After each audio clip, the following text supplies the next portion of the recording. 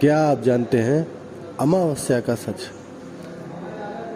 ये वो श्राप है जिसके कारण चांद की रोशनी खत्म हो रही थी और पूरी पृथ्वी पर अंधेरा छाने लगा था। शिव को तुरंत प्रकट होना पड़ा। ये कहानी शुरू होती है प्रजापति दक्ष से, जिन्होंने अपनी 27 नक्षत्र पुत्रियों का विवाह चंद्रदेव से इस शर्त पर किया था कि वह सभी के साथ समान व्यवहार करेंगे। लेकिन चंद्रदेव का सारा प्रेम और ध्यान सिर्फ उनकी एक पत्नी रोहिणी पर ही केंद्रित हो गया। बाकी 26 पत्नियों की उपेक्षा और दुख से जब उनकी शिकायतें प्रजापति दक्ष तक पहुंची तो क्रोधित होकर उन्होंने चंद्रदेव को श्राप दे दिया, तुमने मेरे वचन को तोड़ा है, जाओ, तुम्हारा सारा तेज, सारी कलाएं और तुम्हारी सारी सुंदरता धीरे धीरे खत्म हो जाएगी और तुम क्षय रोग से गलकर नष्ट हो जाओगे। श्राप तुरंत असर करने लगा। चांद का प्रकाश हर पल कम होने लगा, जिससे धरती पर वनस्पतियों और औषधियों का रस सूखने लगा। सृष्टि का संतुलन बिगड़ने लगा। अपने अंत को निकट देखकर भयभीत चंद्रदेव ने ब्रह्मा जी से उपाय पूछा। ब्रह्मा जी ने उन्हें गुजरात के प्रभास क्षेत्र में समुद्र तट पर जाकर महादेव की तपस्या करने को कहा। चंद्रदेव ने उस पवित्र स्थान पर एक शिवलिंग स्थापित किया और घोर तपस्या की। उनकी भक्ति से प्रसन्न होकर भगवान शिव प्रकट हुए। उन्होंने कहा,